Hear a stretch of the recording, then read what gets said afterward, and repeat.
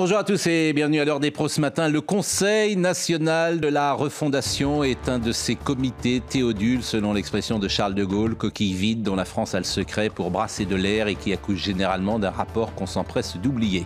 En revanche, ce conseil, auquel personne ou pas grand-chose ne participe parce qu'au fond plus personne n'y croit, ce conseil permettra à Emmanuel Macron d'entrer dans son costume favori, l'homme qui parle. Sous prétexte d'écouter la France, nous écouterons une nouvelle fois la logorée du président de la République qui avait inauguré ce style de bavardage durant des heures à l'occasion du grand débat dont j'attends toujours les conclusions. Le plaisir verbal du président Macron n'est plus à démontrer. Pas un Français n'imagine qu'il va sortir un truc de ce rendez-vous à Marcoussis qui se déroulera à huis clos alors qu'il était question de transparence et de revitaliser la démocratie. Bref, on n'entendra que le chef de l'État. C'est ce qu'il préfère. Je parle, vous écoutez, circulez, il n'y a rien à voir. Il est 9h, Audrey Berthaud. Face à des délinquants de plus en plus jeunes, 7 Français sur 10 se disent favorables à ce que l'excuse de minorité soit automatiquement levée pour les affaires les plus graves. C'est le résultat d'un sondage CSA pour CNews. Actuellement, en France, un mineur ne peut pas être condamné à une peine de prison supérieure à la moitié de la peine encourue par un adulte et les enfants de moins de 13 ans ne peuvent pas être condamnés du tout. Leclerc et Système U réclament à Total de lui vendre le carburant avec la remise de 20 centimes. Ils dénoncent une distorsion de concurrence. Le groupe ne propose en effet sa remise qu'aux clients de son réseau. Pour justifier leur demande, les deux distributeurs mettent en avant leur présence dans des zones rurales où Total Énergie est peu présent. Enfin du football, l'OM rate son entrée en Ligue des Champions face à Tottenham. Score final 2-0. L'OM a pourtant tenu le match nul pendant 75 minutes. Un mauvais départ donc pour Marseille qui aura l'occasion de se rattraper face à Francfort la semaine prochaine, toujours sur nos antennes. Mathieu Vallet est avec nous, vous êtes secrétaire national adjoint, syndicat indépendant des commissaires de police et on va évidemment parler du refus d'obtempérer avec cette vidéo qui a été tournée hier à Nice. Philippe Guibert que vous connaissez, Olivier d'Artigol et Gérard Carrérou, donc hier après-midi à Nice. Et on va voir, avant de voir le sujet, le conducteur d'un véhicule volé a été tué par un policier de la BSR après un refus d'obtempérer. Alors, il faut voir la vidéo évidemment dans sa longueur. Il y a des... Voilà. La voiture tente de se soustraire au contrôle des policiers. Et c'est vrai que sur les vidéos de l'intervention, on peut voir ce policier sommer la victime de s'arrêter avant de faire feu à travers la vitre du conducteur. Je vous propose de voir le sujet de Martine Sabourin et vous me dites ce que vous en pensez. Cette habitante filme l'interpellation d'un automobiliste qui tente d'échapper à un simple contrôle routier. Quelques minutes avant, le chauffeur, coincé par la circulation, percute la voiture de police. On a une patrouille de police qui repère un véhicule, on va dire suspect, qui cherche à le contrôler. L'auteur de ce véhicule fait demi-tour et vient tamponner la voiture de police. Un des policiers descend du véhicule. Se sentant en danger, il tire sur le conducteur. Parce que notre vie est en danger. Là, on sort notre arme de service et on se défend dans le cadre d'une légitime défense. L'automobiliste, un Tunisien d'une trentaine d'années, était installé dans la région depuis un an. Il était connu des services de police avec 21 mentions au traitement des antécédents judiciaires pour des affaires de stupéfiants, vol, dégradation, conduite sans permis et extorsion. Il était à bord d'un véhicule volé. Donc je suppose également que mes collègues avaient relevé ce fait pour essayer de les interpeller. Il était sans permis. Il y avait beaucoup d'infractions à son actif. 2 enquêtes ont été ouvertes. Une pour tentative d'homicide sur personne dépositaire de l'autorité publique. L'autre pour homicide volontaire par le policier auteur du tir. Christian Estrosi, le maire de Nice, a tweeté soutien total aux agents de la police nationale 06 confrontés à un refus d'obtempérer sur l'avenue Henri Matisse face à un conducteur qui leur a foncé dessus délibérément. Ils ont dû faire usage de leur arme pour le neutraliser. Les refus d'obtempérer sont un délit et se multiplient, ajoute-t-il. Ces dernières 24 heures, notre police municipale de Nice a été confrontée à 2 refus d'obtempérer particulièrement violents. Face à cette recrudescence, il faut être derrière nos policiers.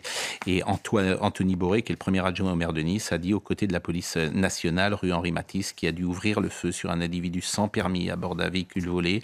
L'individu a refusé d'obtempérer à la sortie de la voie rapide et a foncé avec son véhicule sur les fonctionnaires de police.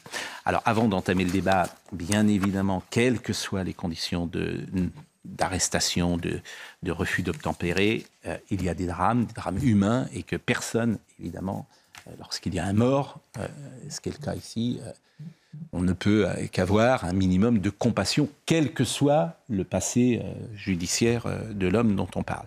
Alors cette vidéo, évidemment, Mathieu Vallet, elle est toujours difficile à décrypter, parce que forcément, on ne sait pas ce qui se passe avant, on ne sait pas ce qui se passe après. Votre travail est tellement difficile, c'est tellement rude ce que vous vivez sur le terrain, surtout en ce moment, qu'effectivement, instinctivement, on a toujours envie, en tout cas c'est mon cas, d'être derrière les policiers. Mais en même temps, les enquêtes doivent se faire et en l'espèce, cette vidéo doit être expertisée. Quel est votre sentiment ? D'abord, moi j'ai une pensée effectivement pour ce policier de 23 ans qui est actuellement en garde à vue dans les locaux de l'inspection générale de la police nationale de Nice, où effectivement la justice enquête, la procureure adjointe s'est exprimée hier sur le lieu des faits. On a un véhicule volé, on a malheureusement, encore une fois, toujours les mêmes, un voyou avec un pédigré long comme la muraille de Chine. La réalité, c'est ça. C'est qu'on fait pas face à des primo-délinquants. C'est souvent des délinquants que la police ne connaît que trop bien. Et c'est pareil pour la justice. Et là, on avait un véhicule avant qui roulait comme un frappadingue, comme un fou furieux. Vous avez vu à Toulouse ce week-end, le week-end dernier, ce que ça a donné. Quand on a quelqu'un qui conduit de manière totalement débridé dans des rues, on peut avoir jusqu'à 9 blessés, dont des piétons qui sont fauchés innocemment. Et donc, on a des policiers qui font ce qu'ils peuvent. Ce policier a estimé qu'au moment où il est sorti et que le véhicule des 2 fuyards les a percutés à 2 reprises, a fait ouverture de feu. Maintenant, la justice déterminera si soit il y a légitime défense, soit s'il y a ce fameux... On va le revoir là, parce que lorsque effectivement il tire, la voiture ne fonce pas. Si j'ose dire, non, voilà. Mais elle ne fonce pas forcément sur lui, mais il y a un danger quand même. Je parle de l'action qui Est-ce que vous connaissez le profil de ce policier ? Est-ce que c'est un jeune policier ? Oui, c'est un jeune policier de 23 ans, c'est un policier adjoint. C'est ces policiers qui sont assez jeunes, qu'on recrute avant qu'ils soient gardiens de la paix ou avant qu'ils passent le concours de gardien de la paix. Donc il est en réalité dans une unité qui est spécialisée dans la lutte contre la délinquance routière, cette fameuse brigade de sécurité routière. C'est des véhicules, là vous voyez bien que le véhicule des policiers est un véhicule banalisé, puisqu'ils essayent, grâce à ce véhicule banalisé, de pouvoir faire des interpellations ou en tout cas des contraventions lorsqu'il y a des gens qui roulent de manière totalement débridée et de manière dangereuse pour les autres usagers de la route. Et ce que je viens de vous donner comme précision concernant la percussion à 2 reprises du véhicule des policiers, c'est ce qu'effectivement on ne voit pas entièrement sur la vidéo. Voilà. Oui. Maintenant, vous savez, le policier, je vais juste terminer, vous voyez, ce qui est outrageusement blessant pour les policiers, c'est qu'en permanence c'est le procès de notre institution. On peut absolument plus aujourd'hui être policier. Je vais terminer. Oui, non, mais on vous laisse parler. Non, c'est gentil, c'est gentil. Non, mais d'abord, vous avez raison. La petite musique médiatique ce matin, c'est de mettre effectivement en accusation les policiers et d'instrumentaliser et de se servir de ça. C'est absolument incontestable. Ce que vous dites est incontestable. Les policiers ne supportent plus, c'est pas qu'ils ne doivent pas rendre des comptes à la justice. C'est bien normal que quand on est policier, on ait non seulement des comptes à rendre à la population, comme la Déclaration des droits de l'homme le précise de 1789, mais aussi à la justice, puisque c'est elle seule, indépendante, de manière totalement départisée, puisse rendre la justice. Et le problème, c'est que les citoyens français ont la présomption d'innocence, les policiers ont la présomption de culpabilité immédiatement dès qu'ils font une action de police. Et quand vous voyez le communiqué de David Guiraud, le député de la France Insoumise Nord, qui parle d'épidémies de morts qui sont causées par la police... Et la police tue, le climat entretenu par l'extrême gauche en France est insupportable. Mais vous savez que... Alors, tout ça, vous avez parfaitement raison. Je termine sur ça. Franck Laboie, ce policier qui, lors d'une opération de police à la sûreté départementale de Lyon, s'est fait écraser par un criminel. Mélanie Lemay, la gendarme qui a été tuée sur un refus d'obtempérer. Romain Boulange, qui a été tué par une chauffeur d'asile. Si, mais nos morts comptent aussi. J'aimerais vous dire la vie d'un policier... Gérard Carrérou voulait partir. La vie d'un policier compte aussi. Donc, il va y avoir une enquête qu'ils font aujourd'hui avec et je termine, Pascal Pro, les policiers ne rentrent pas dans la police pour tuer, ils rentrent pour protéger. Il n'y a aucun policier qui J'ai exprimé le contraire. Non, mais en tout cas, Olivier d'Artigol, la personne, et je le répète... Je n'ai pas encore parlé, donc vous ne savez pas ce que je veux dire. Non, mais la personne... Votre comportement demande quand même que... Non, c'est sur un sujet. Je reprends ce que dit M. Vallet. On peut discuter. J'ai parlé tout à l'heure de compassion... Avec le respect. J'ai parlé de compassion naturelle. J'ai manqué de respect. Non, mais vous soufflez Olivier. quand je parle, c'est agaçant. Olivier d'Artigol. Olivier d'Artigol. J'ai réagi à un moment. D'accord. C'est encore possible. Olivier d'Artigol. Ne polémiquons pas sur un sujet aussi grave. Il y a quelqu'un qui est mort. Oui, immédiatement, la compassion naturelle, c'est simplement le travail des policiers. Ce type d'individu. Et aujourd'hui, c'est des dizaines, des milliers dans la rue et ça pose problème à la société. Gérard Carrérou. Écoutez, moi, je ne vais pas commenter l'affaire en cours. j'ai écouté, j'ai regardé, comme tout le monde, j'ai écouté les explications de mon voisin. Les enquêtes détermineront ce qui s'est vraiment passé. Mais je pense, par contre, que cette affaire, qui survient après quelques autres, qui ont défrayé la chronique des faits de société pendant tout l'été, les chiffres qui nous sont donnés et qui sont absolument là édifiants, 26 000, je crois, autour de 26 000 refus d'obtempérer, en hausse largement sur les années précédentes. 27 756 en 2021 et 24 000 en 2020. Les hausses de ces faits nous amènent à dire que la société, l'ensauvagement constaté de la société française doit nous conduire à aborder cette question avec un nouveau logiciel, c'est-à-dire... Effectivement, on ne peut plus, en tout cas moi je suis de ceux qui pensent qu'on ne peut plus accepter de mettre sur le même plan celui qui représente la loi, c'est-à-dire qui défend la République et les valeurs de la République, c'est-à-dire le policier ou le gendarme ou toute autre personne investie de cette autorité, et le malfaiteur récidiviste, là c'est 21 fois, en général c'est une vingtaine ou une trentaine, une quarantaine de fois. Et je dis... Mais qu'est-ce qu'il fait dehors ? Et je dis, et je conclurai là-dessus, à partir du moment où on ne met plus sur le même plan le policier et le malfaiteur, il faut accepter l'idée de la présomption de légitime défense pour celui qui détient l'autorité. C'est-à-dire... Philippe Guibert. Voilà, j'en finis là-dessus. Philippe Guibert. Quand on regarde ces images ce matin, il y a un énorme malaise parce que la présomption... Les images ne prouvent rien, il faut toujours être prudent. Oui, mais il y a d'autres cas, il y a d'autres affaires où les images, on ne les interprète pas de la même façon. Là, vous êtes extrêmement prudent ce matin. Les images, parce qu'on ne sait pas ce qu'il y a avant, on ne sait pas ce qu'il y a après. Oui, d'accord, mais c'est le cas. Ça n'enlève rien à la compassion. C'est ce qu'il y a pendant. On sait ce qu'il y a pendant quand même, et on voit qu'il y a un policier tiré sur une voiture qui est immobilisée. Donc, il est parfait. Elle n'est pas immobilisée non plus, mais elle n'est pas immobilisée. Elle n'est pas en train de foncer sur le... Non, voilà. elle n'est pas en train de foncer. Donc, il faut admettre ce matin, commencer par admettre qu'il y a un malaise, qu'il y a une interrogation parfaitement légitime, et que le policier soit en garde à vue et mis en examen, puisqu'à ma connaissance, il est mis en examen, ce qui ne veut pas dire qu'il est coupable, mais qu'il soit en mise à main, est normal, logique et sain dans une démocratie, dans une république, où la police a le monopole de la violence légitime, mais dès lors que la violence est proportionnée. Et c'est fondamental qu'on sauvegarde ça, il faut commencer par le dire. Donc après, on peut discuter, les refus d'obtempérer ont doublé en 10 ans, Mathieu, je crois que c'est à peu près... de toute façon, il suffit... Donc on est face... Oui. Je vous réponds. En 2021, toutes les 19 minutes, et en 2020, toutes les... D'accord, on était à 10 000, je crois, à une dizaine de milliers au début des années 2010, on est à 27 000 aujourd'hui. Oui, tout à fait. Donc on est face à un phénomène de société grave. Je crois que le nombre de cas où la violence intervient de la part du policier est absolument minime. Je crois que c'est moins 150 à peu près. C'est moins de 1%. Donc on est face à un problème de société qui témoigne d'un dérèglement de la société. Il n'empêche que dans ce cas-là, on doit s'interroger sur le comportement policier et qu'il faut commencer par le dire sans tourner autour du pot. Mais ce multirécidiviste, qu'est-ce qu'il fait dehors ? Mais c'est un autre débat, Pascal. C'est pas parce que. Mais c'est toujours. Mais qu'est-ce qu'il fait dehors ? C'est pas parce qu'il est multirécidiviste qu'on peut. Mais vous avez raison. Mais vous avez parfaitement raison. Voilà, c'est tout. Mais c'est ce que j'ai dit. Mais c'est un autre débat sur les récidivistes. C'est ce que j'ai dit. Mais un multirécidiviste, combien vous avez dit ? 21 fois ? Non, mais on est d'accord qu'il y a un problème, Pascal.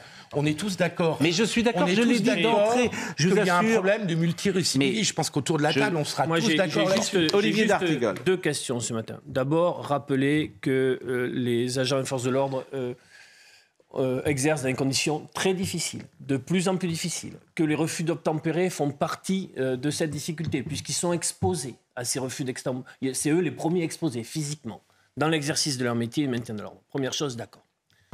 Deuxième chose, bien sûr que les vidéos, on le sait bien dans nos émissions, il faut faire attention à la manière dont on les commente, dont on les décrypte. Je ne sais pas ce qui s'est passé avant ni après.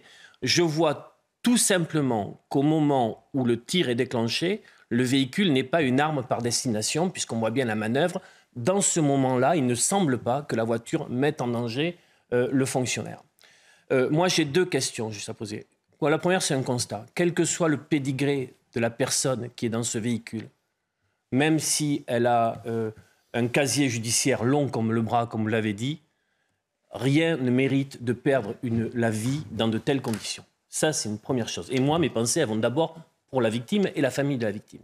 Deuxième question, mais c'est trop tôt pour le dire, est-ce que, bien sûr, des fois, ça se joue un quart de seconde, le fait d'enclencher un tir. Il peut y avoir tous les règlements, etc. C'est quelque chose qu'on ne peut pas imaginer. C'est vertigineux comme décision. Je dis simplement qu'il y a du recrutement aujourd'hui, il y a de la formation. Heureusement, elle est passée à 1 an. Le temps de formation était plus court avant. Mais est-ce que ces jeunes fonctionnaires, confrontés certainement à un stress, à des conditions de travail, est-ce qu'ils sont, comme syndicalistes, c'est une bonne question. Est-ce qu'il n'y a pas un sujet là-dessus, voilà. Est-ce qu'il n'y a pas une question? À 23 ans... Là où je soupirais, c'est simplement parce que j'ai beaucoup de respect pour vos métiers, je ne veux pas être dans la polémique avec vous. Mathieu Vallet, c'est une vraie question. Est-ce que les gens qui sont sur le terrain dans cette fonction-là, on pourrait imaginer qu'ils aient plus d'expérience? Ça, c'est une vraie question. Oui, je réponds juste à vos 2 observations. La première, j'ai effectivement, moi, pas commenté la scène. Quand j'explique que les policiers font face souvent même voyous, c'est pour expliquer aussi qu'on fait pas face à des gens qui ne savent pas ce qu'ils font, qui ne savent pas pourquoi ils sont là, et ils ne savent pas non plus, dans le passé, qu'ils ont été condamnés par la justice. Non, mais c'est important de le dire, parce que quand on a affaire à une personne de bonne foi qui peut le matin faire un feu rouge ou qui, parfois, pour un défaut de permis de conduire, faire un refus d'obtempérer, c'est pas la même chose d'avoir un voyou chevronné qui prend tous les risques et qui risque de percuter à tout moment vos familles, nos proches, ou même des policiers. Juste parce que et je vous réponds rapidement. Je suis allé au Mureau. Vous savez, ce policier de 50 ans qui s'est fait traîner comme un chien pendant 10 mètres, plus de 10 mètres, par un conducteur qui voyait parfaitement notre collègue tenir les jambes d'un individu qui venait de faire un refus d'obtempérer, qui avait failli percuter des piétons. Ils n'ont pas usé d'armes à feu. Et c'est pas vous qui le dites, mais quand j'entends que la police tue, que les policiers sont des cow-boys, c'est les voyous qui sont des cow-boys. Et dans notre système, dans notre société, ce qui pose problème, c'est aussi les voyous. C'est pas la police, mais c'est pas vous qui l'avez dit, mais je préfère aussi le dire. Parce qu'aujourd'hui, il y a beaucoup de choses qui, normalement, devraient être du bon sens, des valeurs de normes qui devraient être celles qu'on devrait tous partager, mais c'est pas le cas. Donc ça, c'est important de le dire. La deuxième chose, évidemment, il y a eu un Beauvau de la sécurité. Tous les syndicats de policiers ont participé. La formation, c'est la mère de notre métier. Et malheureusement, c'est le parent pauvre de la police. Il n'y a pas assez de formation, surtout la formation continue. Moi, je le dis aussi. Malheureusement, c'est aussi la variable d'ajustement dans les services opérationnels où, parfois, pour avoir une patrouille de police en plus sur la voie publique, on préfère dire aux agents, la séance de tir, elle sera décalée, la séance d'entraînement, elle sera décalée. Il n'y a pas assez de mise en situation. Et je vais même aller plus loin. En formation initiale, il faut qu'on fasse beaucoup plus de simulation, beaucoup plus de mise en situation, parce que le policier agit comme il s'entraîne. Au plus il est confronté à des situations difficiles, au plus dehors, même si ça ne parera pas les difficultés qu'on connaît, on ne peut pas tout prévoir, tout anticiper et tout gérer comme si on était sur des plateaux télé, parce que les policiers, ils ont vachement de courage de faire face en 1/10 de seconde à une décision qui n'est pas facile à prendre, qu'il faut faire avec des textes qui sont de plus en plus technocratiques et avec des normes qui sont de plus en plus exigeantes. En 1/10 de seconde, il faut tout réfléchir. Ma vie est-elle en danger? Met-elle en danger la vie des autres? Est-ce que s'il repart, il peut tuer quelqu'un? Est-ce que je suis dans l'accomplissement de la légitime défense? Tout ça, c'est difficile. Donc la formation, on peut faire mieux, c'est vrai. Je suis d'accord avec vous. Lorsque nous voyons ces images, il faut bien comprendre que c'est la fin d'une séquence qui dure sans doute depuis de nombreuses minutes. Parce que les faits donc, se déroulent hier à Nice à 16h30. Une course-poursuite est engagée sur la voie rapide. Nous sommes d'accord. Après une conduite à risque sur la voie rapide. Donc tout ça crée un stress important pour le policier, il faut le dire. C'est-à-dire qu'il est plongé dans un certain climat. Donc le véhicule du forcené percute 2 fois une voiture de police. C'est ça? 2 fois une voiture de police. C'est les mots du procureur. 2 policiers sont blessés dans l'intervention. Vous voyez, il y a toute une circonstance. Je ne cherche pas à excuser ni quoi que ce soit. J'essaye de comprendre. Le policier de 23 ans a alors fait feu à une seule reprise. Donc le conducteur, on l'a dit, il a une trentaine d'années. Il est installé dans la région depuis 1 an. Et c'est ce qu'a dit Anthony Boré, qui est le maire adjoint de Nice. Le passager du véhicule, âgé d'une trentaine d'années, a été interpellé. Les 2 policiers blessés ont été transportés en état de choc à l'hôpital de Nice, mais leurs blessures ne semble pas grave, et une double enquête donc a été ouverte. Mais votre métier, je vous le dis, est devenu impossible. C'est-à-dire que aller sur le terrain aujourd'hui, mais moi je vous tire mon chapeau. J'aurais des enfants, je ne leur dirais pas va sur le terrain aujourd'hui dans des terrains difficiles. C'est juste l'enfer. C'est juste l'enfer parce que vous êtes insulté, vous êtes méprisé, vous êtes parfois mis en danger dans vos vies puisque plus personne... L'autorité n'existe pas. Le refus d'obtempérer est fréquent et en permanence. Donc, on arrive à ces situations-là En fait, la société a tellement glissé que c'est aussi la conclusion. Et bien sûr, ça n'exclut pas la responsabilité du policier. Si le policier a eu un tir inapproprié, il rendra des comptes à la justice. Il rendra des comptes, bien sûr, à la justice. D'ailleurs, je reviens à Pascal Pro sur les propos, votre nom. Gérard Carriou. Gérard Carriou. Vous savez, moi je suis policier depuis 18 ans et j'ai commencé comme gardien de la paix, donc c'est ceux que vous voyez au quotidien sur la République avec les officiers de police et les commissaires. Avant, sur un refus d'obtempérer, on faisait face à des voyous, souvent chevronnés, qui évidemment s'arrêtaient pas parce qu'ils n'avaient pas intérêt que la police les attrape. Et puis finalement, on les attrapait tant mieux, on les attrapait pas. C'était que partie remise, si j'ose dire, notamment grâce aux enquêtes judiciaires. Aujourd'hui, sur le terrain, on n'a plus des voyous, on a des criminels qui en permanence, désormais, non seulement tentent de fuir, bon, on dirait que c'est peut-être l'ADN d'un voyou que de fuir la police, mais aussi veulent faucher, percuter, tuer des policiers. À Rennes, ça a été le cas, à Vénissieux, ça a été le cas, à Tourcoing, même s'il y a encore des enquêtes en cours, ça a été le cas, c'est ce que les policiers expliquent. Et ce que je veux pas qu'on mette dans la tête des gens, non pas parce que je veux être un penseur pour tout le monde, mais parce que j'ai quand même la prétention de représenter des policiers, c'est que quand on use notre arme de service, quand on fait feu, c'est jamais de gaieté de cœur. Et évidemment qu'il y a un choc. Alors vous savez, Pascal Pro, parce que je sais votre soutien en force de l'ordre, même quand on dit on peut soutenir les policiers tout en demandant à ce qu'ils rendent des comptes. Oui. J'ai bien entendu votre message et il est bien légitime et je le partage. Mais ce que je veux vous dire, c'est que tous les policiers qui rentrent dans l'institution de la police nationale sont obsédés par l'idée de protéger les gens. Et au plus on peut éviter d'utiliser la force, et y compris les armes,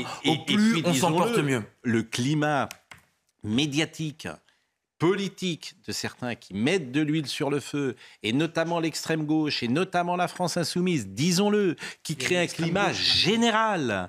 C'est-à-dire que ce sont des propos irresponsables de la part de Jean-Luc Mélenchon. La police, mais ça crée un climat. Je ne crois pas que les gens qui sont sur le terrain, les voyous, soient influencés par le discours de Jean-Luc Mélenchon. Je crois pas. Non, je pense que la classe médiatique est influencée par ce discours-là. Déjà, elle a un tropisme anti-flic. Je suis désolé de le dire comme ça, l'espace médiatique, elle a un tropisme anti-flic, elle déteste en clair les flics. Je ne sais pas d'ailleurs ces gens, quelle société ils rêvent, c'est des policiers, il en faut, me semble-t-il, comme il faut des juges, etc. Elle a un tropisme, dès qu'elle peut taper sur les flics, elle le fait. Et vous avez aujourd'hui des gens qui ont instrumentalisé ça. Pourquoi ? Parce qu'ils vont chercher des électeurs précisément dans des quartiers où... Oui, d'accord. Mais je pense où la délinquance est la plus grande. Je pense que ce qu'on décrit, c'est alors l'augmentation... doublement des refus d'obtempérer en une dizaine d'années, je pense que c'est... Mais vous me dites, Mathieu, si je me trompe, je pense que c'est le développement des trafics en tout genre, à commencer par les trafics de drogue. L'augmentation des gens sans permis, qui fait qu'il y a des gens qui roulent et aussitôt qu'ils voient un policier, ils fuient. Et puis l'absence de réponse pénale, pardonnez-moi de le dire comme ça, on en revient toujours à ça. Et donc c'est à ça il y a quelqu'un qui a 23 et il est dehors.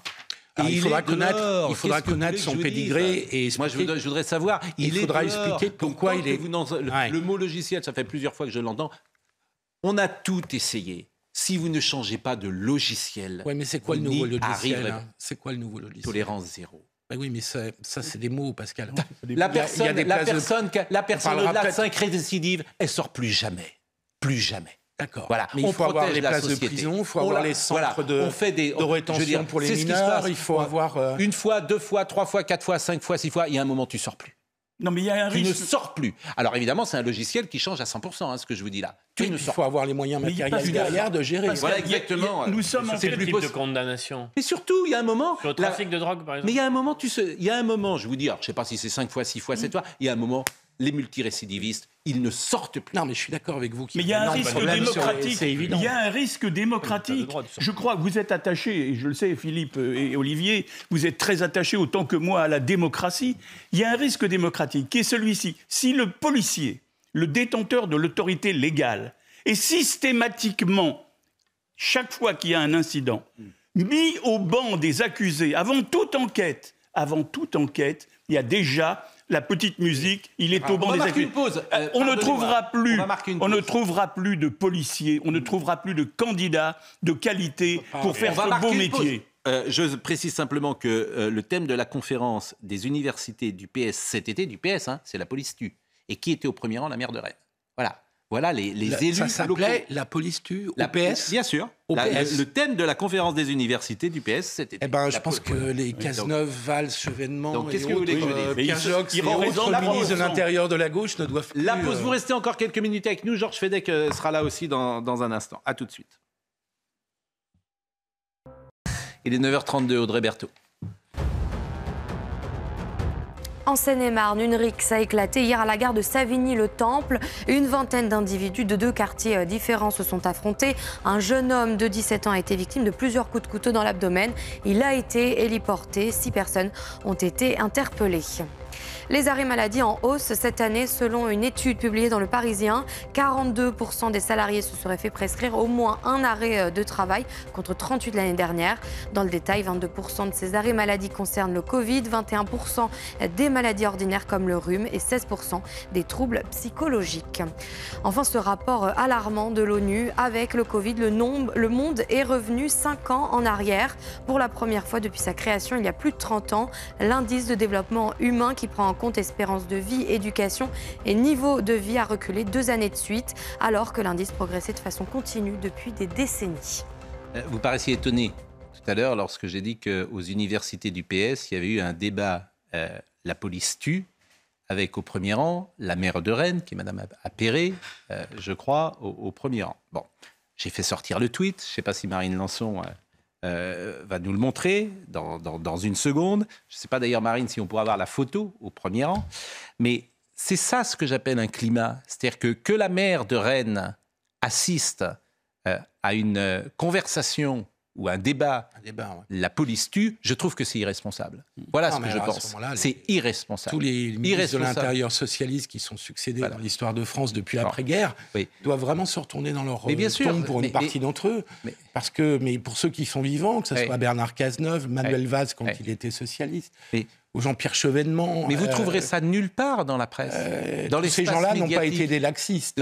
Vous ne trouverez nulle part de l'information que je vous donne. Là où parce qu'elle passe sous les fourches codines, elle ne correspond pas au logiciel de la doxa dominante. Il faut taper sur les flics.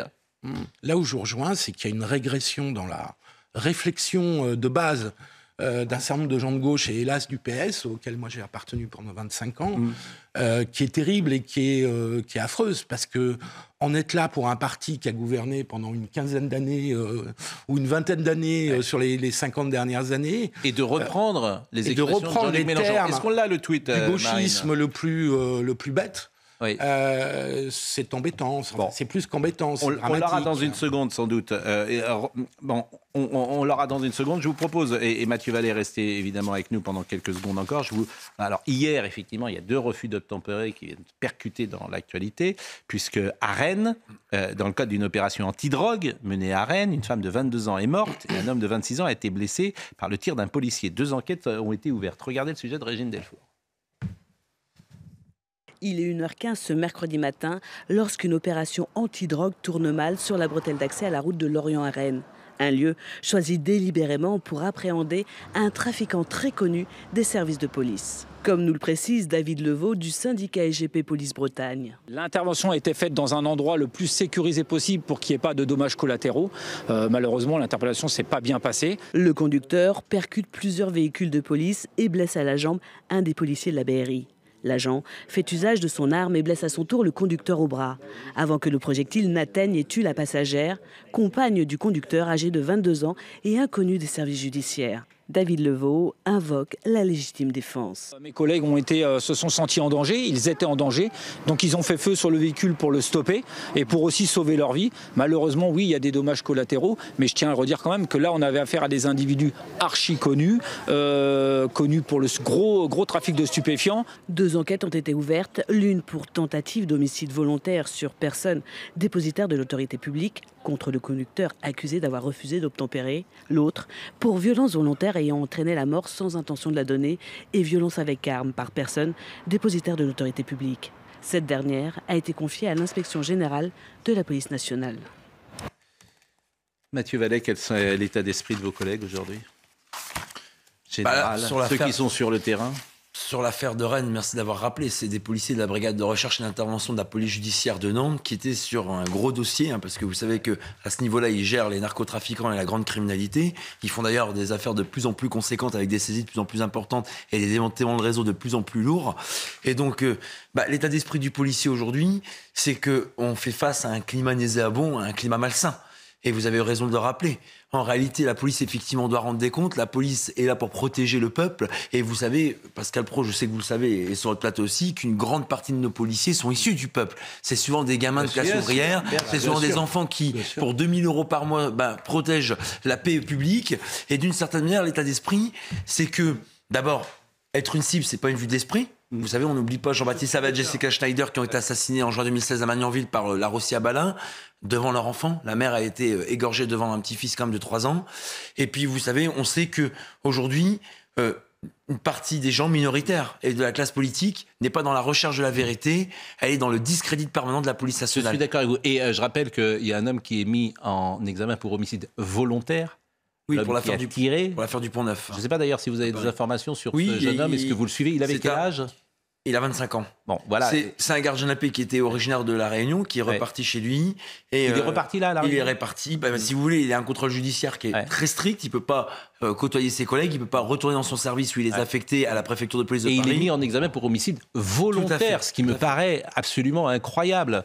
Là encore, homicide volontaire. Donc il y a une voiture qui lui fonce dessus. La qualification peut changer. J'entends bien, mais là aussi il y a un climat.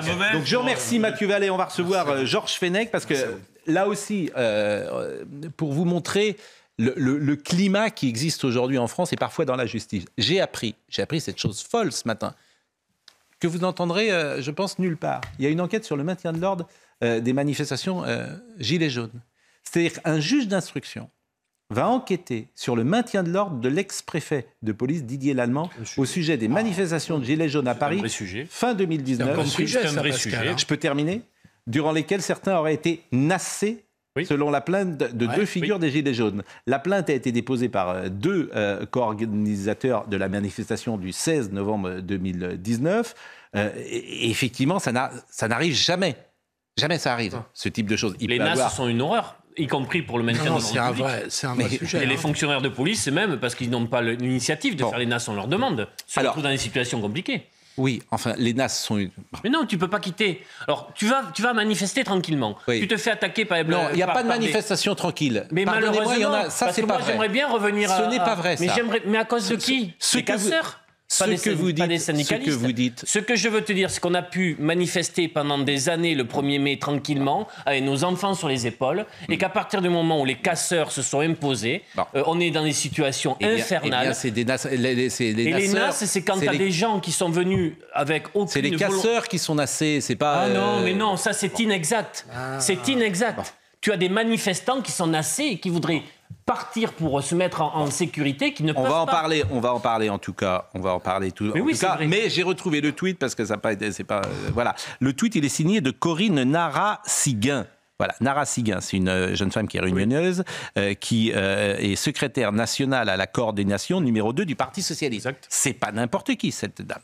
Voilà ce qu'elle a écrit. Débat très riche et pertinent sur un sujet complexe et que les socialistes doivent prendre à bras-le-corps. La police républicaine, son rôle, son fonctionnement, son rapport aux citoyens. Merci, #les jeunes socialistes, d'avoir organisé cette controverse. La police tue. Avec Madame Appéré au premier rang. Eh bien, quand... Point d'interrogation. Non, mais je veux bien que vous défendiez le PS. Il en est là. Je le défends. Il en est là pour ça. Je vais vous dire que ces gens, je ne sais pas quelle société ils veulent. Je ne sais pas. Ils sont irresponsables. Et ce n'est pas étonnant qu'ils terminent à moins de 2%. Quand on est dans cet état-là. Voilà, je suis désolé de vous le dire. Parfaitement d'accord avec vous. Merci Mathieu Vallet. Et à l'instant, donc, Georges Fenech nous rejoint sur ce plateau.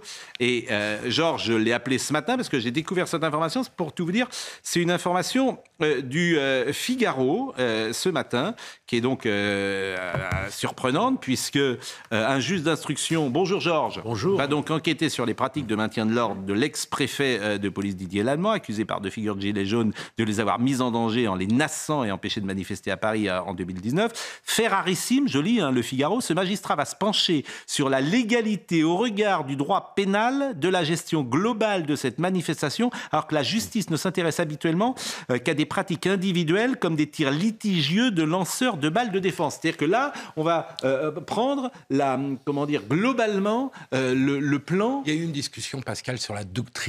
Sur la doctrine. Oui, mais ça, c'est un juge. Non, mais c'est un juge. Il y a un débat qui est légitime. Et vous ne m'empêcherez pas de penser qu'effectivement, certains juges font parfois de la politique. Mais je donne la parole à Georges Fenech. Dites-nous tout. Oui, Maître Georges Manuel, d'accord. Essayez d'être un peu clair, parce que c'est un peu complexe sur un plan du droit, je dirais, de la procédure. Qu'est-ce qui s'est passé? Il y a eu 2 plaintes, effectivement, de 2 manifestants qui ont été nassés pendant une manifestation, donc qui se plaignent d'avoir été privés de la liberté d'aller et venir, qui est une liberté fondamentale. Bon. Le parquet, à l'époque, M. Rémietz, classe sans suite. Il dit il n'y a pas d'infraction, d'accord?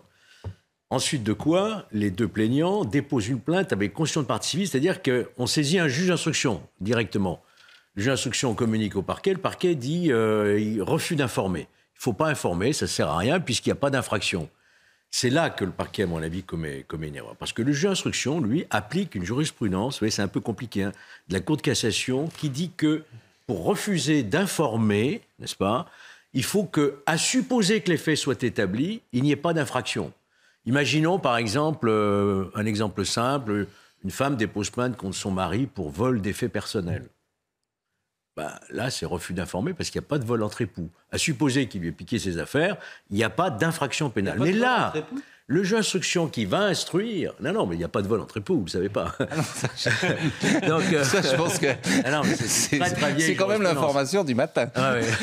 Ça change beaucoup de choses. J'ai le sentiment que certains ne vivent j'aurais pas... peut-être pas dû rappeler cette jurisprudence. Le sentiment que certains couples ne vivent pas la situation comme vous l'avez dit. Donc, mais je fais le juge d'instruction, j'ai fait cette parenthèse, le juge d'instruction est obligé d'instruire. C'est ça que je suis en train de vous dire. Il est obligé... Mais oui, alors il y a peut-être des raisons politiques. Ça ne, pas être naïf. Ça ne veut pas dire que l'infraction est constituée, ça ne veut pas dire que le préfet allemand va être mis en examen, mais il ne peut pas faire autrement que d'instruire cette affaire. Oui, il ne peut pas faire autrement. Alors ça met en cause effectivement le schéma national. Ça serait intéressant de voir le profil du juge. Ce qui est vrai, c'est qu'avec avec le mouvement des Gilets jaunes, c'était même un peu avant, il y a eu ce qu'on appelait un changement de doctrine. Voilà. Avant, la spécificité française était de ne pas aller au contact. Oui. C'était d'ailleurs une méthode qui était plutôt reconnue et qui a inspiré d'autres modèles de forces de l'ordre. Puis on a été confronté non pas à des manifestants, mais à des casseurs qui n'ont rien à voir avec la revendication sociale. Et je vous le redis, ces NAS mettent des manifestants pacifiques dans une situation où ils ne peuvent pas quitter les cortèges. Moi, j'ai beaucoup de copains qui me disent, mais de toute façon, Olivier, on n'y va plus. On ne va pas se taper une manif où ça va partir en... Le schéma national de maintien en public a été revu suite à une décision du Conseil d'État. Et le préfet allemand a beaucoup aimé les NAS. Ce que je veux dire, c'est qu'il n'y a pas forcément de volonté de s'en prendre à la préfecture ou à la police. Mais ça arrive juste au moment où le préfet allemand n'est plus préfet, comme par hasard. Oui. Oui. Ne soyons pas naïfs. Peut-être. Peut-être qu'il y a des arrière-pensées. Ne soyons pas naïfs dans tous les sens. Il y a un vrai débat quand même sur le fond. Puisque nous avons un large chapitre aujourd'hui, justice-police, le sondage CSA sur la délinquance est intéressant. Suite à l'agression d'une vieille dame à Cannes, un sondage du CSA démontre que 71% des Français sont favorables à la levée automatique de l'excuse de minorité pour les affaires de délinquance grave. Voilà, c'est 71% des Français, parce qu'effectivement, on le dit sans arrêt, mais un mineur...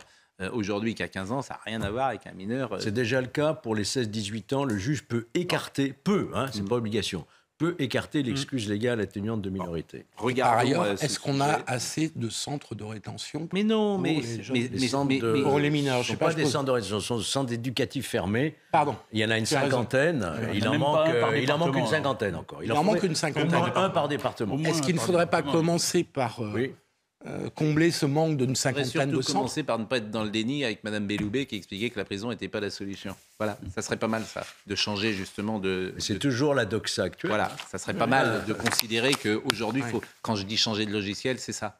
Oui, moi aussi. C'est ça. Il me semble qu'il faut protéger d'abord les Français. Parce que le jour où ça va vous arriver... à vous, à votre famille, vous verrez, vous raisonnerez peut-être différemment. Vous m'accorderez, je suis d'accord avec vous, mais vous m'accorderez qu'aux États-Unis, où il y a une politique d'incarcération, à ma connaissance, beaucoup plus puissante, c'était la règle qu'évoquait. Ça n'a pas donné des résultats non plus. Ça n'a pas donné non plus des résultats. Des États-Unis, parce que c'est une question, on n'arrive jamais à savoir est-ce que la délinquance est moins grande aux États-Unis avec un système qui est plus autoritaire qu'en France? Voilà une bonne question. Écoute, elle n'est pas moins grande qu'en France, elle est plus grande qu'en France. Si on prend les chiffres proportionnellement, elle est plus grande. Ce qu'on peut se dire, c'est s'il n'y avait pas dans la société américaine, je peux vous dire qu'elle est de plus en plus violente, y compris même sur le plan politique, les uns contre les autres. Donc s'il n'y avait pas des lois répressives comme celle sur la tolérance zéro, je pense qu'il y aurait encore plus de malfaiteurs qu'il n'y a aux États-Unis arrêtés. Je vous ai entendu tout à l'heure dire à la 4e ou 5e fois, il faut mettre hors d'état, quoi. Oui. C'est ce qui se fait dans certains États des États-Unis. Oui. Vous avez la règle, je passe tolérance zéro, c'est ça? Non, pas la règle tolérance zéro. Vous avez la règle 3 strikes and you are out. À la qui n'a aucun effet sur la délinquance et la grande criminalité. Si tu prends les États, mais si tu prends les États où la peine de mort existe, de réclusion définitive. Ce qui fait que vous avez aujourd'hui 1 million de détenus aux États-Unis. Et reporté à notre population, si on appliquait cette règle, on n'aurait pas 60 000, 600 000 détenus. Est-ce que tu es d'accord avec moi? Je ne suis pas d'accord avec la dureté de la loi n'a aucun effet sur la délinquance et la grande criminalité. Si tu prends des États où la peine de mort existe et des États où elle n'existe pas, ça n'a aucun effet sur la réalité de la criminalité. La peine de mort n'a jamais été dissuasive. Voilà. Les études l'ont montré. Là, il s'agit de la prison. Donc la question était sur la privation de liberté. Bon, voyons le sujet sur l'excuse de minorité qu'on pourrait lever.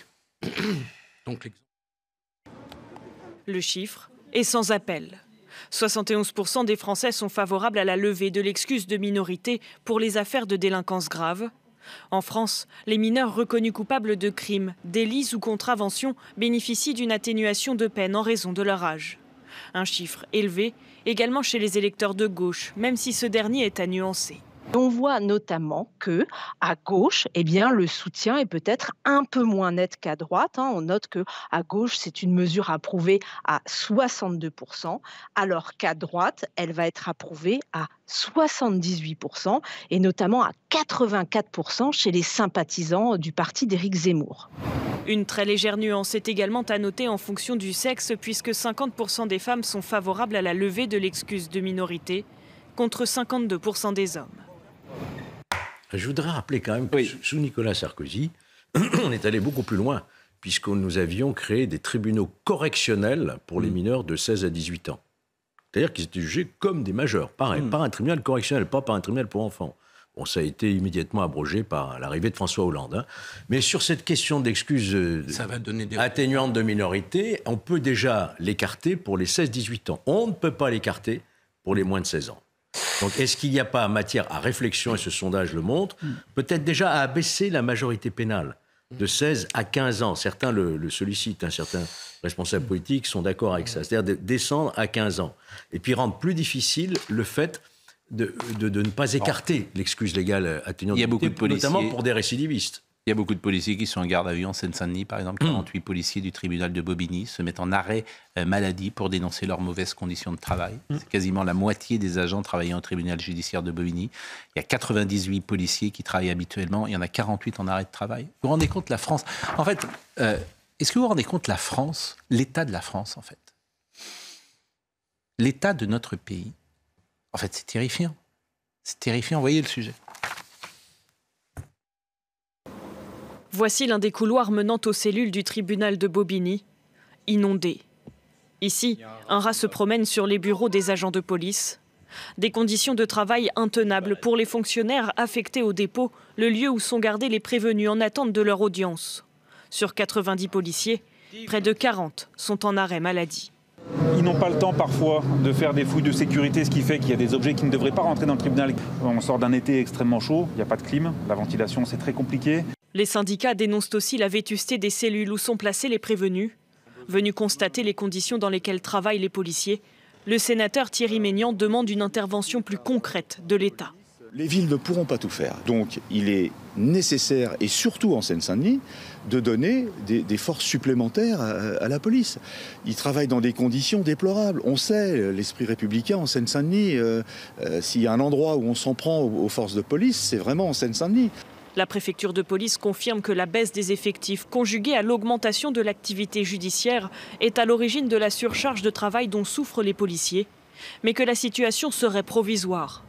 Des concertations sont en cours et des travaux d'extension et de réfection des locaux ont débuté. Dans 2 jours, Madame Borne, elle nous a parlé du char à voile et que Madame Pannier-Runacher, elle nous demande de fermer la porte des magasins. Vous vous rendez compte, ce gouvernement qui est incapable de résoudre les vrais problèmes? Non mais, vous vous rendez compte de l'état de la France? Non mais, je veux dire, c'est effrayant en fait. Ce pays, il est par terre. C'est effrayant ce que nous voyons chaque matin. L'hôpital, la justice, la police. Et on nous bassine sur le char à voile ou le jet privé. Vous trouvez que c'est sérieux au plus haut niveau de l'État? Mais écoutez, ce n'est plus possible. Et on fait un CNR ce matin qui sert absolument à rien. Sinon pour écouter Emmanuel Macron qui parlera tout seul. Il y a eu un projet de loi en Conseil des ministres et là, mercredi, il y a 15 milliards d'euros qui sont de moyens supplémentaires pour les policiers. À Marc Rôle, le meilleur rôle, c'est celui-là. En direct, Emmanuel Macron, il parle. Donc voilà, alors moi... Et les 15 milliards du projet de loi sur les moyens de la police, ça sert même pas. On peut le laisser, on peut le laisser sans parole. Hein. Je veux dire, mais on peut le laisser sans parole. Ça serait exactement la même chose. Oui, mais quand il nous dit que la Californie, la Seine-Saint-Denis, c'est un peu notre Californie à nous, franchement, moi je préfère la Californie. Sans la mer. Non, mais ce qui est vrai, c'est que l'État... Non, mais c'est incroyable. Si on prend le 93... L'état défaillant, c'est incroyable quand même. Des commissariats, de certains services d'hôpitaux et de l'école, qui devraient être quand même des services publics forts et puissants dans des territoires de cette nature-là, c'est l'horreur. C'est l'horreur. Un jeune fonctionnaire de police qui rentre dans le métier, avec les tensions qu'on devine, qui prend son poste le matin, c'est terrifiant. On va marquer une pause et vous l'avez parler pourquoi pas du comité Théodule, vous l'avez dit ce matin. Je pense que c'est un nouveau machin, effectivement, qui n'a aucune chance d'être une plus-value pour la démocratie. D'ailleurs, la plupart ont refusé d'y participer. Il y a des instances... Mais parce que plus personne n'y croit, en fait. Plus personne ne... C'est bien un problème. C'est un contournement. Parce qu'il va rester 4 ans, pour Emmanuel Macron. Plus personne... On sait que comme il parle, il parle... S'il n'y a pas de dissolution avant, et s'il n'y a pas de... il y aura une dissolution avant. La pause, Madame, Messieurs, la pause. Je n'avais pas dit au revoir à l'antenne à Olivier d'Artigol. Il nous a quittés pour la fin de cette émission et on est content de recevoir Robert Ménard, le maire de Béziers. D'abord, on est content parce que on ne dit pas que du bien du président de la République, donc ça va rééquilibrer. Puisque vous êtes plutôt... Ce mec est une catastrophe. J'ai cru quand même que les vacances allaient le calmer pour repartir en vacances, Pascal. Il faut y rester. Mais moi, je trouve que c'est bien parce que j'ai été tout à l'heure un peu dur. Regardez, il est en train de parler, le président de la République. Ouais. Et c'est vrai que c'est toujours délicat, sans doute, parce que c'est le président de la République. Il faut prendre faut être respectueux de la fonction, mais il parle beaucoup et parfois il agit moins. Donc tu es parfois un peu agacé de cela. Je m'en suis pas aperçu. Tu es parfois agacé de ces discours fleuves qui n'en finissent pas, où il n'y a que lui qui parle, où il n'écoute pas et qu'il ne se passe rien. Tu es agacé par ça. Mais il est 10h et Audrey Berthaud nous donne les infos et après on en parle ensemble. À Nice, un homme a été tué par un policier après un refus d'obtempérer. Le policier a été placé en garde à vue. Le conducteur du véhicule zigzaguait sur une voie rapide et n'a pas voulu s'arrêter. Le véhicule était volé. 2 enquêtes ont été ouvertes, une contre le conducteur, l'autre contre le policier. Au Canada, le dernier suspect des attaques à l'arme blanche est mort après son arrestation. Les policiers traquaient depuis dimanche Myles Sanderson, 32 ans. Il est soupçonné d'avoir tué 10 personnes avec son frère. En fin d'après-midi, la police avait annoncé son arrestation sur Facebook. Enfin, regardez cette image, c'est la rentrée pour la royauté britannique. Kate et William ont accompagné leurs enfants hier dans une nouvelle école. Les princes George et Louis et la princesse Charlotte sont entrés à l'école Lambrook dans le sud de l'Angleterre, là où la famille royale a déménagé. Il avait l'air plus tranquille, le petit dernier, que la dernière fois. Mais regardez cette image, parce qu'elle est tellement significative. Vous avez le président de la République qui parle en ce moment. Donc, il est à Marcoussis, d'ailleurs, c'est là où, dans l'Essonne. Là. Et alors, les gens, ils ne l'écoutent même pas. C'est quand même très étrange que cette image. Le président sourit et va donc rejoindre. J'imagine que c'est ses invités et tout le monde a refusé de venir. Les locaux ne sont pas là, l'opposition n'est pas là, les syndicats ne sont pas là. Et il va rejoindre donc à Marcoussis pour échanger Et c'est à huis clos en plus. On nous avait dit que ce serait de la transparence pour revitaliser la démocratie, et c'est à huis clos. Donc je disais qu'on est un peu agacé, parce qu'on a eu pas mal de sujets où on voit l'état de la France aujourd'hui, l'état de la France avec les refus d'obtempérer, l'état de la France dans les commissariats, l'état de la France dans dans les commissaires, dans la police, dans la justice, dans l'école, dans l'hôpital. Et on nous parle de char à voile. Voilà, la première ministre, Madame Borne, elle lui dit Christophe Galtier n'a pas pris conscience du réchauffement climatique. Donc on souligne un petit décalage qui peut exister. Mais c'est pas un petit décalage, c'est un gouffre. C'est-à-dire, moi, je n'ai rien contre le principe de trouver des lieux où on discute avec les gens plutôt que de se taper dessus. Je pense qu'on est tous d'accord pour dire que c'est bien. Mais le problème, c'est l'histoire de la France. L'histoire de la France, on a cessé, lui, le chef de l'État actuel comme les autres, de nous inviter des gadgets. Il y a quelque chose, il y a le Conseil économique et social et environnemental, je crois que c'est qui sert à rien. Attends, il sert à rien. On a passé sa vie à y recaser des mecs qui étaient les battus des élections. Une maison de retraite. Un mec qui ne savait plus quoi en faire. C'est la troisième chambre du Parlement quand même. Oui, mais enfin, c'est dans le fait. Personne ne sait à quoi ça sert. Tout le monde s'en contrefou. Tout le monde s'en contrefou. Et c'était tes amis dont tu savais pas quoi faire. Tu les avais privés d'un truc. Tu les mettais là. Bien sûr. Et dans un pays où tu as en plus une espèce de somme, la ville, l'agglomération, le département, la région, l'État, l'Europe. Tu as envie de trucs. Ça sert à quoi alors ce Conseil national de la refondation? J'en sais rien. Moi, honnêtement, si au moins c'était ouvert à d'autres gens, mais là on va y retrouver moins que ce qu'il espérait, mais toujours les mêmes figures, toujours les mêmes têtes, pour entendre toujours les mêmes discours. Moi j'ai rien contre la CFDT ou le patron du MEDEF, mais enfin ils ont 1000 autres lieux pour se parler. Je sais pas, à inventer quelque chose, il fallait inventer autre chose. Il y a CFDT, CFTC, voilà. MEDEF et CPME qui sera là. Voilà, j'ai rien contre tous ces gens-là, mais je pense que pour rencontrer des ministres, ces gens-là, ils ont qu'à appeler le téléphone, ils ont un ministre. Pourquoi alors quelle est la stratégie des... Mais parce que je pense qu'ils ne savent pas quoi faire pour répondre à un vrai problème, un vrai problème, c'est le désintérêt pour la politique. Dès que tu dis que tu es homme politique, dès que tu dis que tu es journaliste, les mecs, ils te crachent à la figure en disant que tu es un voleur ou un menteur. Les journalistes des menteurs et les hommes politiques des voleurs. Mais on leur demande simplement, moi, ce que je reproche, c'est de ne pas agir. Mais attendez, mais c'est exactement ça. C'est ça que je reproche. Oui, qu'est-ce que je répète depuis tout le temps? Alors vous me dites, moi, je m'en fous. Quand les gens proposent des choses concrètes, si elles sont utiles, c'est bien. Quand ça sert à rien, je le dis aussi.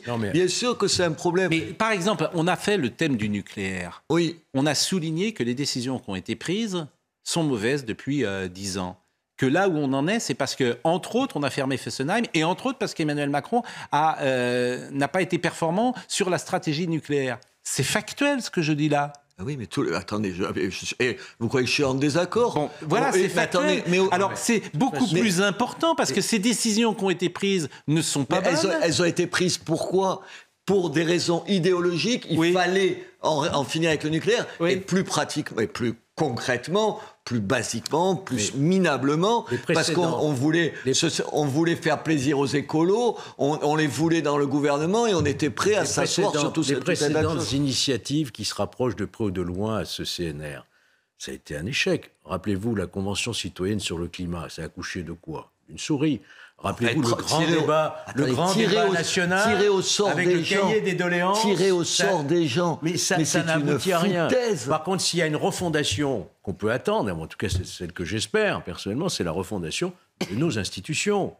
Il faut revoir nos institutions. C'est la seule chose qui marche, nos institutions. La preuve, c'est qu'on a une chambre qui est représentative de ce que pense la France aujourd'hui. Il y a un truc qui marche en France, c'est la 5e République. Vous ne l'avez pas vu encore fonctionner, attendez la rentrée. Mais attendez la rentrée. Franchement, sans majorité, je croyais... Vraiment, je vous aime beaucoup, mais il y a un truc qui tient à peu près debout, c'est la 5e Il faut introduire la proportionnelle, il faut revoir... Mais pourquoi la Chambre, elle représente les Français? Non, pas on a eu la proportionnelle. Attendez, honnêtement, vous avez... Franchement, c'est pas le problème numéro 1. Vous avez l'impression que c'est le souci des Français de faire encore un changement. Ils n'ont plus confiance aux politiques. Mais ils n'ont plus confiance, pas pour ça. Ils s'en foutent des institutions de la Ve République, c'est un débat ici. Ce qu'ils veulent, c'est des gens qui ils veulent pas de démocratie participative ou de trucs comme ça. Ils veulent juste que tu te fasses élire et que tu fasses ce pourquoi ils ont voté pour toi. C'est pas compliqué. C'est pas compliqué. Et c'est ce qui fait... Bon, 2 ou 3 choses parce que vous êtes là. Sauf que personne ne fait. Oui. C'est ça. Et c'est pour ça qu'ils votent pas. Mais je suis d'accord avec vous. C'est-à-dire que... oui, pour une fois, on est d'accord quand même. Mais on est complètement d'accord. C'est-à-dire que tu as besoin d'action. Mais c'est un état d'esprit qu'il faut changer. Il faut moins parler, moins se disputer sur un certain nombre de choses, prendre des mesures de bon sens et les appliquer. Eh ben, je suis d'accord avec vous. Mais comme vous êtes là ce matin, il y a 2 ou 3 sujets sur lesquels je voulais vous entendre. D'abord, le chantage de Poutine sur l'énergie, vous en pensez quoi ? Il va nous faire mal. Il va nous faire mal, mais il faut l'accepter. Il faut arrêter de dire...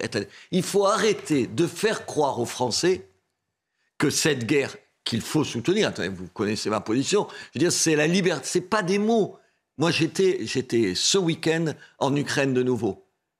J'étais au week-end pour leur dire, vous vous battez pour vous, pour votre pays, mais vous vous battez pour nous. Ça nous coûtera quelque chose.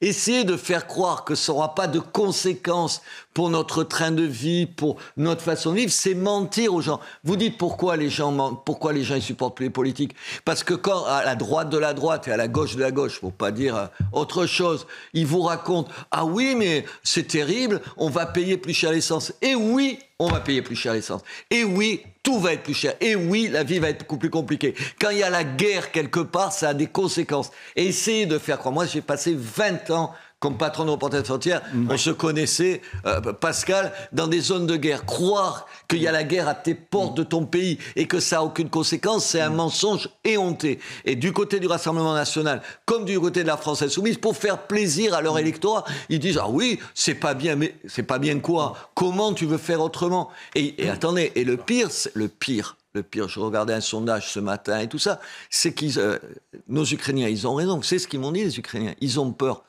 qu'on s'intéresse plus à eux, que les mois durant, vous savez, qu'on finira par les lâcher et tout, qu'on finira par se dire « Ah quand même, attendez, que je paye plus à la pompe ou que l'inflation soit plus importante pour ces Ukrainiens dont je sais même quasiment... » Et vous avez été surpris des positions de Ségolène Royal ou d'Éric Zemmour ? Non mais ils sont fous. Elle est jobarde.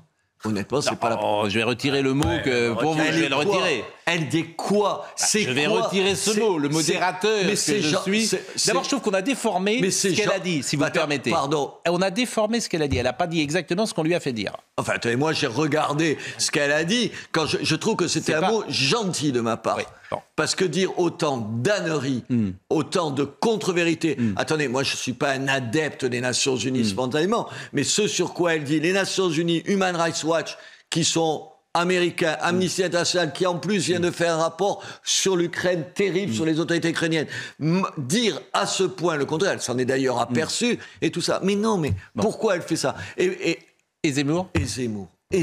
Là, vous êtes plus du tout avec Éric Zemmour. Non, mais attendez, moi je suis copain. Enfin, on le sait, vous le connaissez comme je le connais. On le connaît tous les deux depuis 20 ans. On va pas faire semblant de ne pas le connaître. C'est un copain à nous. Moi, c'était un ami. Mais enfin, on en a parlé 10 fois. Enfin, là, il pète des plombs, quoi. Tu vois.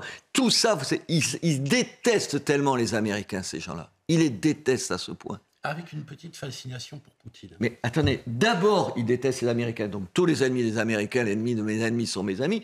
Et en plus, ils ont une fascination pour les régimes autoritaires. Oui. Attendez, on est journalistes ici. En Ukraine, vous savez ce que je leur ai dit ? Je leur ai dit, vous vous battez pour nous et vous vous battez. Vous voyez pourquoi je vous dis, vous êtes journaliste.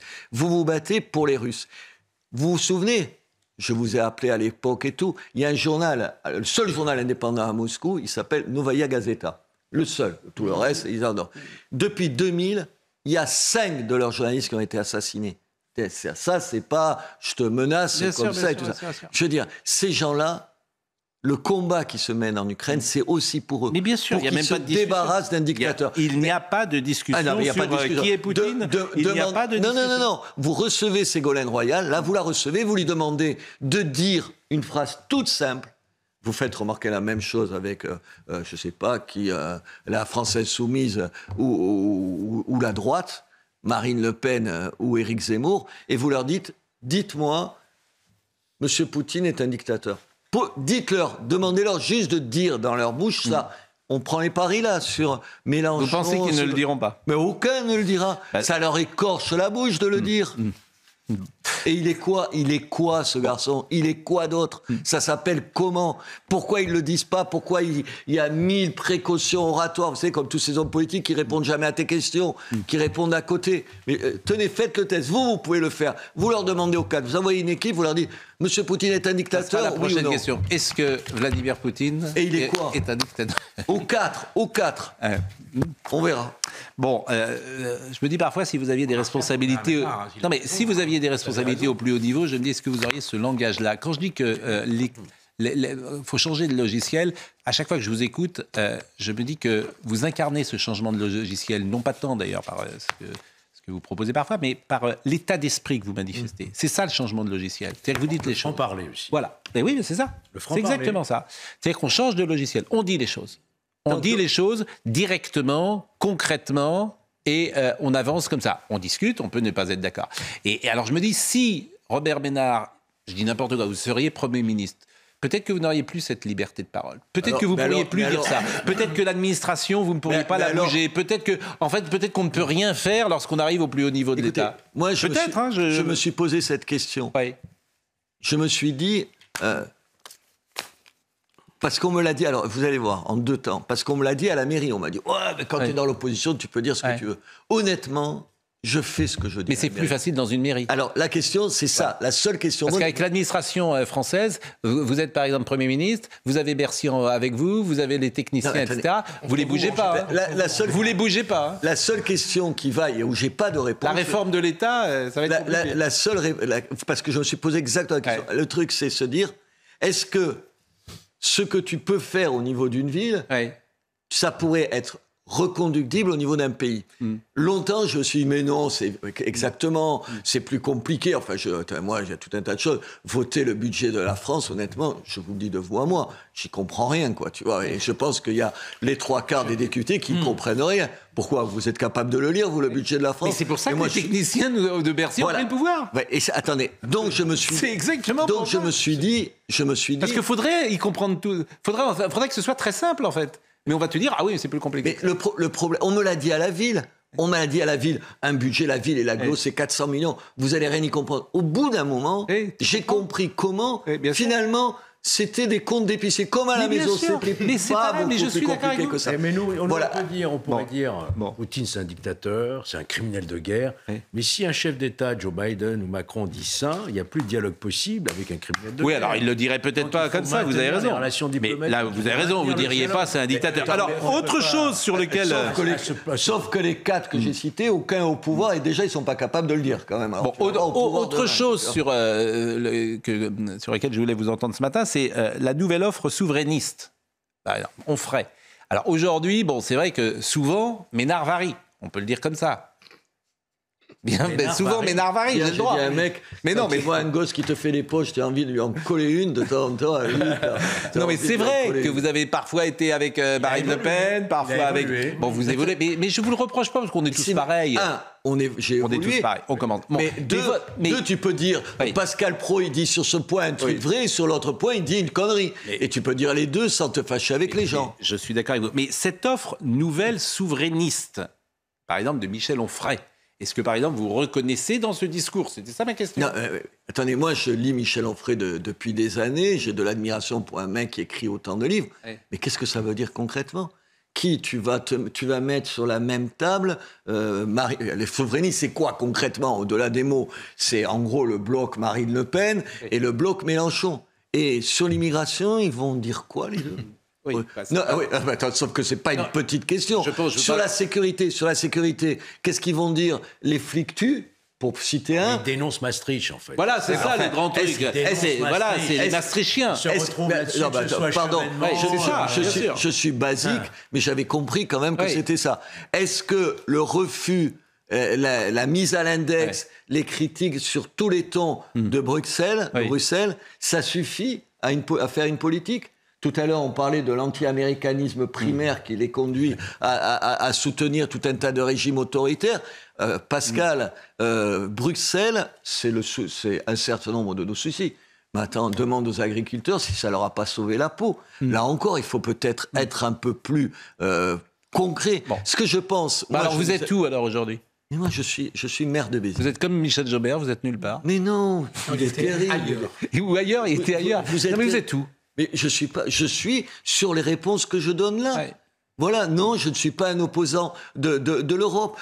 On me dit, l'Europe, ça sert à rien. L'Europe, ça a servi quand même que dans les 27, il n'y ait pas la guerre. Et on découvre que la guerre, c'est pas un truc passé, c'est pas le Moyen-Âge. Ça peut revenir. Vous êtes pour une Europe des nations, pas pour une Europe fédérale. Attendez, je peux critiquer Bruxelles sur un certain nombre de choses et constater que sur un certain nombre de choses... Bon, un petit mot sur le CNR.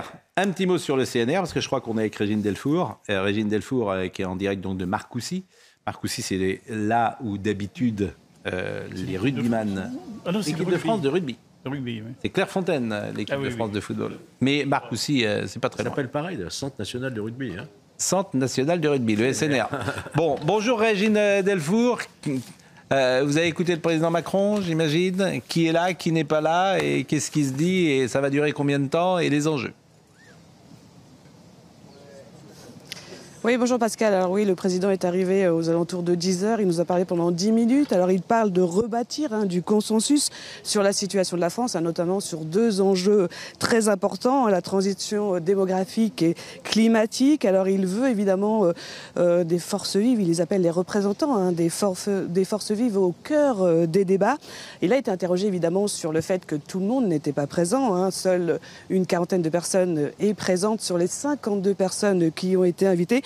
Alors, il nous a dit qu'il était résolument optimiste et que la porte était toujours ouverte. Il a aussi annoncé une large concertation prochainement sur Internet, puisqu'il veut que tous les concitoyens s'impliquent dans les débats. Il n'a pas non plus écarté la possibilité d'un référendum sur ces questions. Alors des questions sur l'emploi, la santé, la transition écologique, le bien vieillir également.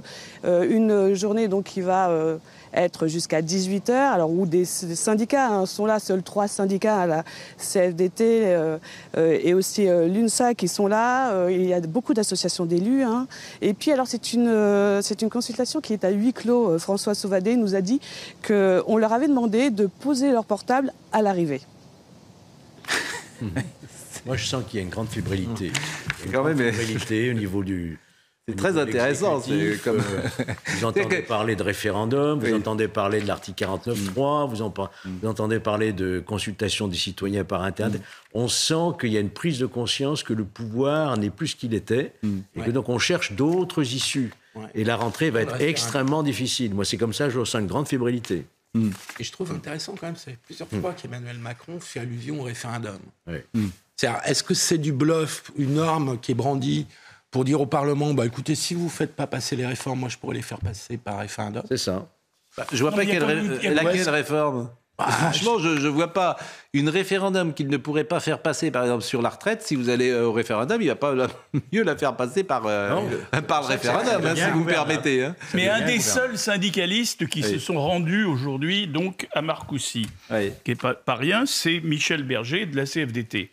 Interrogé ce matin sur RTL sur la réforme des retraites, dont on dit qu'elle va être lancée de manière imminente, lui qui apparaît comme le seul syndicaliste important qui pourrait éventuellement composer ou co-construire avec le gouvernement, il a dit ceci, je le cite, « Non absolu, il l'a dit à plusieurs reprises, non au report de l'âge légal, ça serait mettre le feu au pays. C'est clairement non. » Quand la CFDT, par la voix de son secrétaire général, vous dit ça, et que vous êtes le seul, honnêtement, c'est pas que c'est mal barré, c'est que c'est impossible à imaginer. Sans majorité. Et sans majorité. Et puis, pardonnez-moi, moi j'ai le précédent du grand débat, j'attends les conclusions.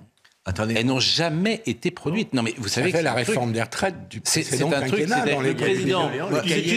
C'est une de ses meilleures séquences, Emmanuel Macron. C'est-à-dire qu'après les Gilets jaunes, il est vraiment en très grande difficulté. Et comme il a un talent personnel très puissant, très fort, il fait le tour des popotes pour faire un grand débat. Il est excellent là-dedans, bien évidemment. Sauf que ça marche une fois, et puis la deuxième fois, tu dis, bon, il nous l'a fait une fois, on va pas le refaire, il va pas nous le refaire une deuxième fois. Mais surtout, les conclusions de ça, on les a jamais eues. Vous avez lu quelque part les conclusions du grand débat ? Pascal, vous savez, tous les maires, on a organisé des débats à ce moment-là.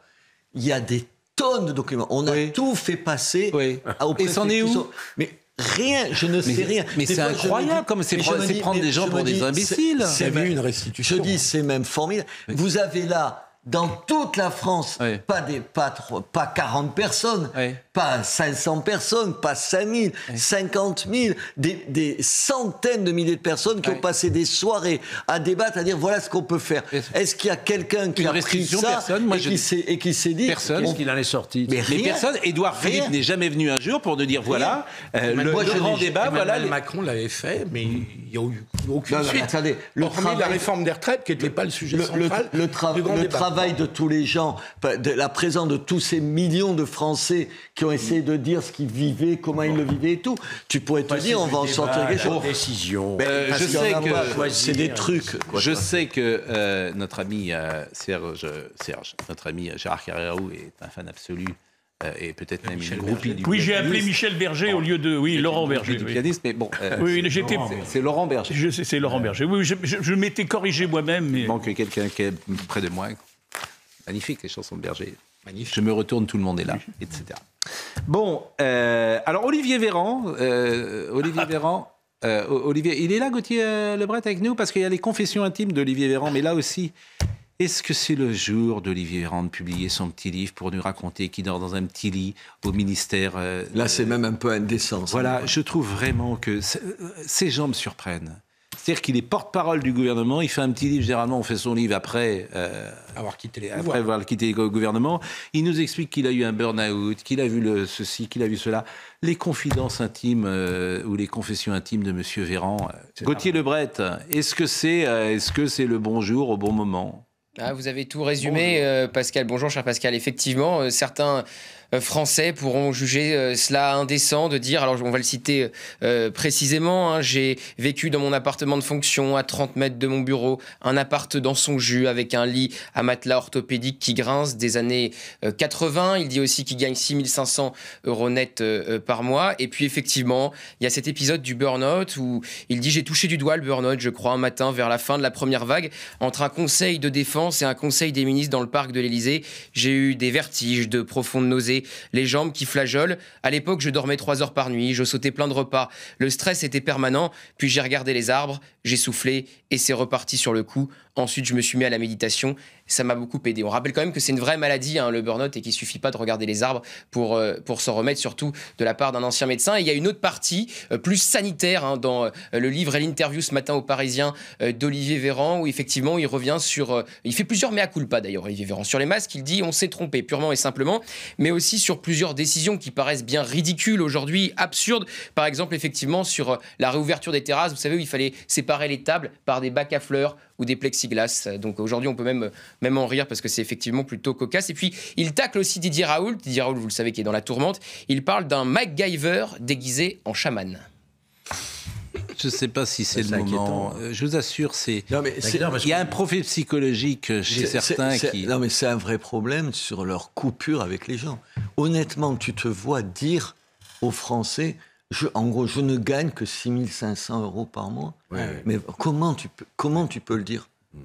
Tu dis pas. Attendez, moi je dis pas que c'est bien, pas bien, trop ou pas trop. C'est pas le problème.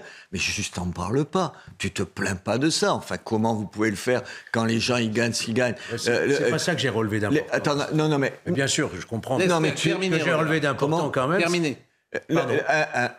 Tu te plains de la qualité de ton lit.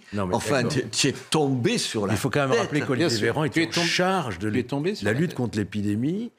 C'était la défense, la guerre, etc. Et on apprend qu'il était à ce moment-là en pleine dépression, burn-out, c'est-à-dire l'exercice du politique décisionnel à ce niveau-là d'impact sur la vie des Français. Et en même temps, on a quelqu'un qui n'a plus toute sa capacité. C'est ça qui m'inquiète beaucoup. Il faut leur rappeler. Et tu parles de ton lit qui grince. Et non, mais c'est ça. Non, mais il faut leur rappeler, personne n'a obligé d'être ministre.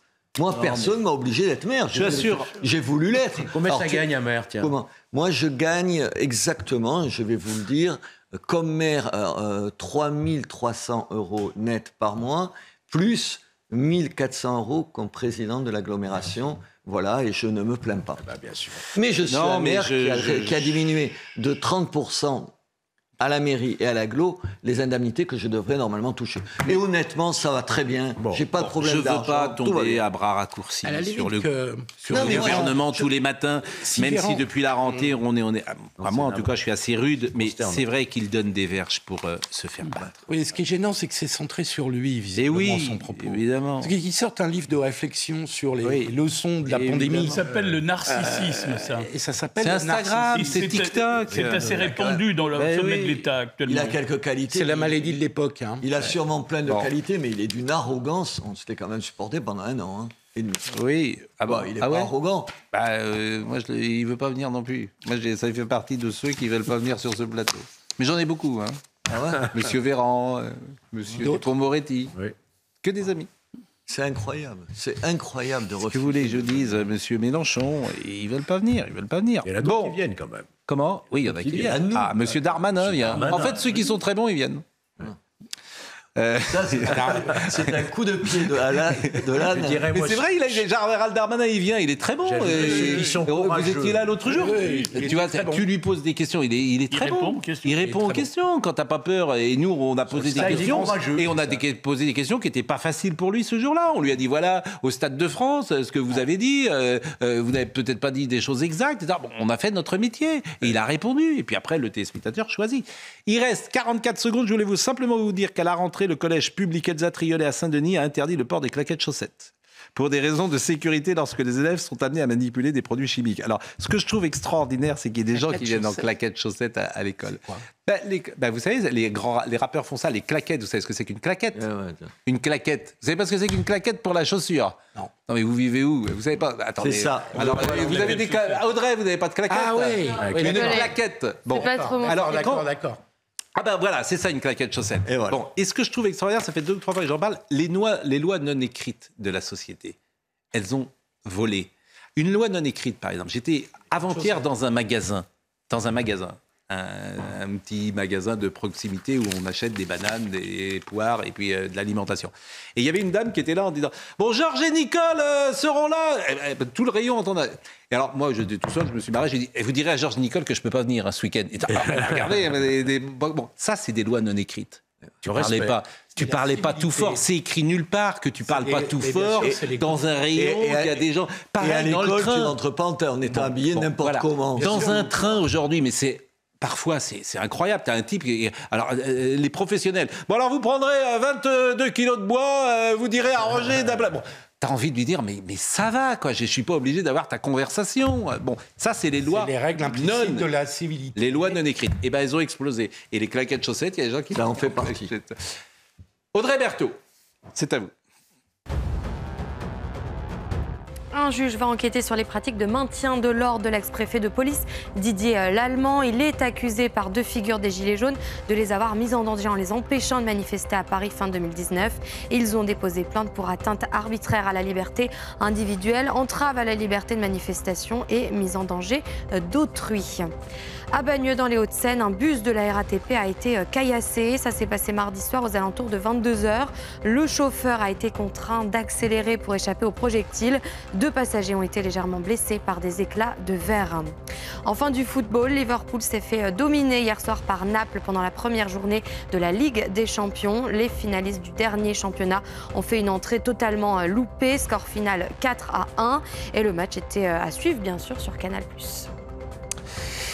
Et ce soir, attention, grand retour du FC Nantes en Coupe d'Europe. Nantes Olympiakos. Pas de parti pris, ça. Depuis 2001. Attendez. Je rigole, c'est comme si vous parliez de la SB à moi. Voilà, grand retour. Grand retour. Avec Antoine Camboiré et le président Kita. Nantes Olympiakos. Bon, excusez-moi de vous avoir réveillé. À la réalisation, Audrey Missirica. À l'image, c'était Ludovic Libar. Au son, Jean-François Couvelard. Merci à Marine Lançon, à Corentin Brio et à Jacques Debrion qui était avec nous. C'était toujours plaisir. Merci Georges d'avoir été aussi réactif ce matin lorsque je vous appelais Despaux-Tron Minet. Oui, j'espère que je n'ai pas été trop vous avez été remarqué. aride. Et puis, vous viendrez nous voir régulièrement, Robert, si parce vous que je trouve avec que grand vous plaisir. secouez un peu le coq. Avec grand plaisir. Et vous dites des choses, c'est un état d'esprit, au-delà de... Voilà, c'est un état d'esprit différent, et ça, c'est intéressant de vous écouter. Vous êtes un homme libre. Jean-Marc Morandini, à tout de suite.